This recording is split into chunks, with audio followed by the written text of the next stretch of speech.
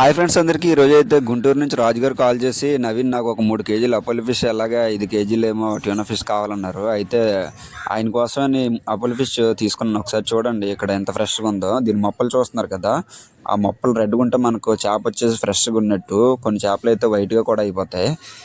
అయితే అన్న అన్నారు మనకు ఒక్కొక్క ప్యాకింగ్ ఒక పార్సల్ వచ్చేసి 1 కేజీ ఉండాలి కరెక్ట్గా అనేసి అన్నారు. ఆయన చెప్పినట్టుగానే ఒక్కొక్క కేజీ ప్యాక్ చేశాను. ఇక్కడ చూస్తే ఇవి వాటర్ ప్రూఫ్ పౌచ్లు. మనకు లోన్కి ఫిష్ లోన్కి వాటర్ అనేది అసలు వెళ్ళదు. సో దాని ద్వారా మన చేప ఐస్లో ఉన్నప్పటికీ కూడా మనకు ఫ్రిడ్జ్లో పెట్టినట్టు ఉంటుంది అండ్ అలాగే చాలా ఫ్రెష్గా ఉంటుంది.